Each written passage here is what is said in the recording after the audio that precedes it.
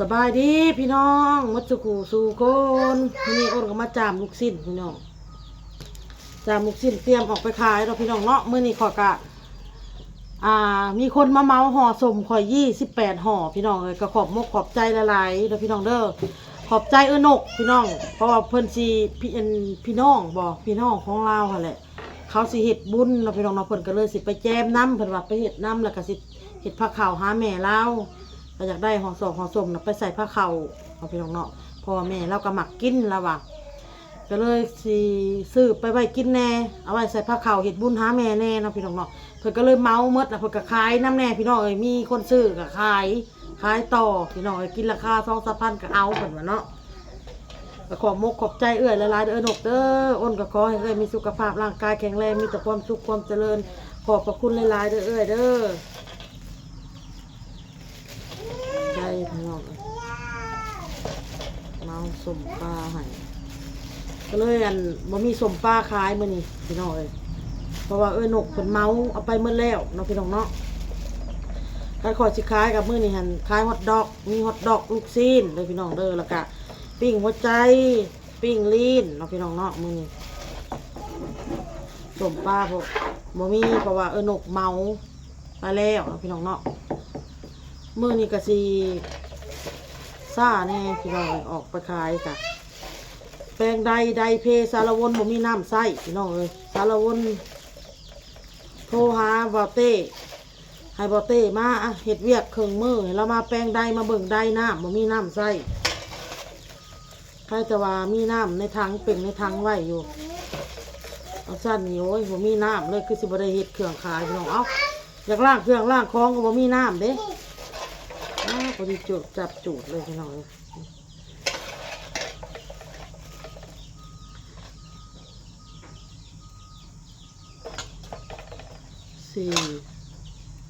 6 8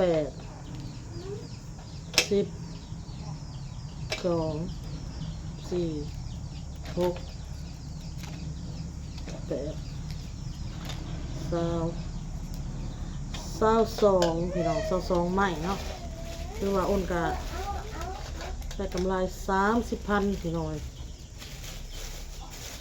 แล้วพี่น้องจะกันย่างอะไรอยู่ยังฮอตดอกสิจามฮอตดอกต่อพี่น้องเลยจามฮอตดอกต่อแต่ว่าบ่ได้เอาไม้ตัวนี้จามพี่น้องจะเอาไม้ตัวหนึ่งอีกเนาะฮอตดอก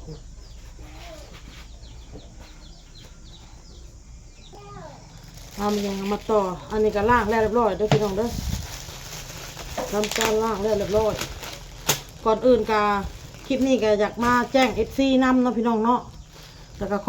อบใจผู้รักผู้ใหญ่ที่เพิ่นหักน้องใบบุญแล้วก็เอ็นดูน้องใบบุญเด้อพี่น้องเด้อเพิ่นโอนเงินมาให้แม่จีดซื้อข้าวต้มขนมให้ใบบุญนั่นแหละกินเนาะพี่น้องเนาะ500 บาทพี่น้องนี่ก็ขอบใจเพิ่นหลายๆเนาะพี่น้องเนาะแล้วก็อ้นก็อยากแจ้ง FC มัดทุกคนเนาะที่เพิ่นโอนเงินเนาะที่โอนเงินมาให้เนาะพี่น้องเนาะผ่านธนาคารทางการห้านแลกเปลี่ยนเงินพี่น้องเพราะว่าทางธนาคารเพิ่นเนาะกับบ่ฮู้เป็นหยังเนาะอ้นกับบ่ฮู้น้ำเพิ่นดอกพี่น้องเนาะแต่ว่าเพิ่นแจ้งอ้นมาว่าเพิ่นบ่อยากให้โอนเขาเนาะพี่น้องเนาะเพิ่นบ่อยากให้โอนเขาท่านโอนก็มีแต่ไปโอนอยู่ห้านแบบว่าโอนไปหาเขาอยู่ห้านแล้วก็ไปแจ้งกับเจ้าก่อนว่าข่อยสิโอนเงินเข้าบัญชีเจ้าเด้อแล้วก็โอนเลยไปสินะโอนตอนไปแจ้งเลยไปสิเพิ่นจะเอาให้เฮาเลยเนาะพี่น้องเนาะเพิ่นบ่ให้เฮาโอนก่อนไปสินะโอนแล้วเฮาไปเอาว่าสิบ่ได้เพิ่นให้ไปก่อนความหมายก็คือไปแจ้งก่อนไปแจ้งไปบอกก่อนว่าสิมีคนโอนมาเด้อซั่นน่ะสินะแล้วได้พี่น้องเอ้ยเพราะว่าบัญชีเพิ่นน่ะมันถึกระงับแล้วเนาะพี่น้องเนาะแหละกับหนึ่งมาแหละญาติมันมีปัญหาอีกญาติมันระงับอีกนะกับหนึ่งมาเพิ่นก็ญาติเฮาบ่ได้เงินเพิ่นว่าค่ะถ้าเฮ็ดแบบนั้นโอนมาแล้วญาติบ่ได้เงินเนาะพี่น้องเนาะเพิ่นว่านะเพิ่นก็ถ้าว่า FC เพิ่นสิโอนเงินมาหรือว่าให้ค่าข้าวต้มขนมเด็กน้อยนะพี่น้องอ้นก็ให้เพิ่นทางห้านเพิ่นบ่อยากให้โอนเข้าโดยตรงมีแต่ว่าให้แจ้งทางห้านก่อนแล้วจึงโอนได้พี่น้องเอ้ยเพราะว่าเพิ่นบ่อยากให้โอนเข้าทางห้านเพิ่น แต่ก่อนนะมันก็บ่ได้มีปัญหาหยังพี่น้องเลยเพราะว่าเดี๋ยวนี้มันมีปัญหาเพราะว่าบัญชีมันถึงระงับหลายนะพี่น้องเนาะเพราะว่ามันสิเกี่ยวกับบัญชีมาอหยังนี่แหละสักอย่างนี่แหละเพิ่นเว้าเนาะพี่น้องแล้วมันเลยถึงระงับอหยังนี่แหละเพิ่นว่ามันบ่ได้เนาะพี่น้องเนาะก็เลยว่าคนก็เลยแจ้ง FC มาทุกคนพี่น้องมาทุกคนนี่แหละว่าถ้าจะโอนเงินหรือว่าอีหยังนะฮะให้แจ้งโอนก่อนพี่น้องเลยเพราะว่าทางห้านเพิ่นจะโอนเข้าไปโดยที่เพราะว่าเพิ่นแจ้งเฮาแล้วแหละเฮายังฟื้นอยู่ถือว่าเพิ่นสิบ่ได้จังซี่นะมันสิเป็นโมฆะว่าซี่นะพี่น้องเลยโอ้ก็แจ้ง FC มาทุกคนพี่น้องเลยเพราะว่าผ่านมากอะมันก็บ่ได้มีปัญหาหยังเนาะมันก็บ่ได้ยาก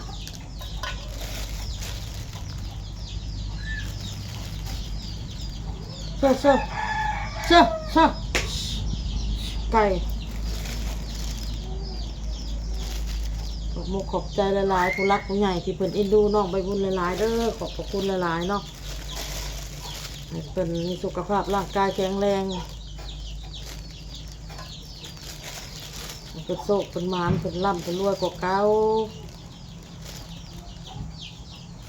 คนเขายังโมโหว่าสิอันนั้นหรือบ่เนาะพี่น้องเนาะสิได้หรือบ่คนก็ลืมแจ้ง FC พี่น้องเลย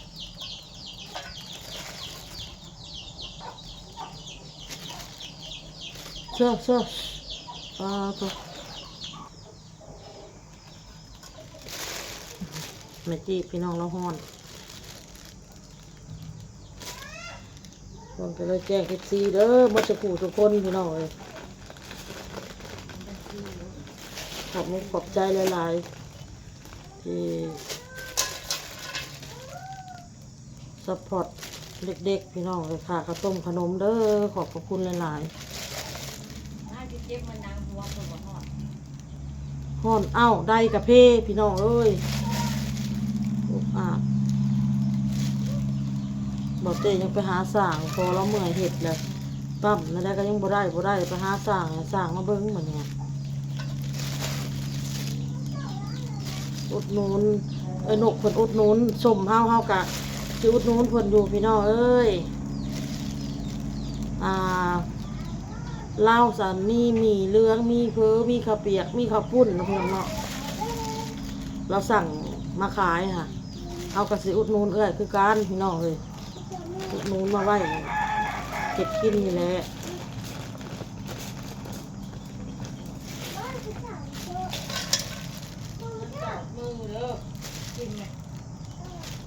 ฝากFCอุดหนุนเด้อพี่น้องเลย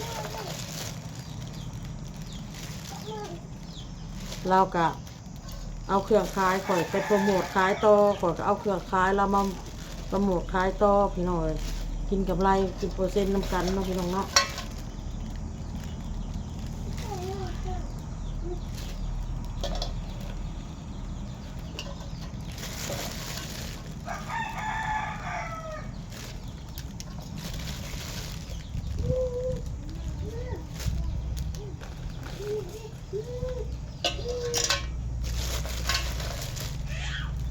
เจ็บหัวปวดหัวอากาศห้อนลายพี่น้องเลยใครออโต้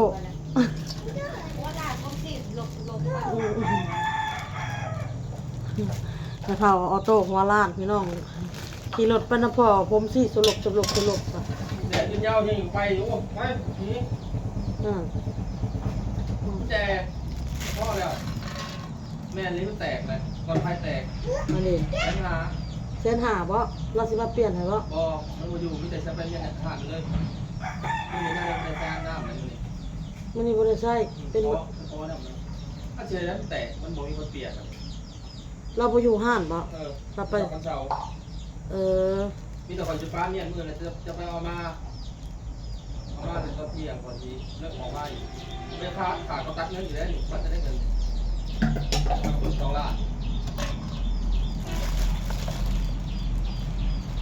จะเอามาแรกเลยผมมาเพราะว่าพ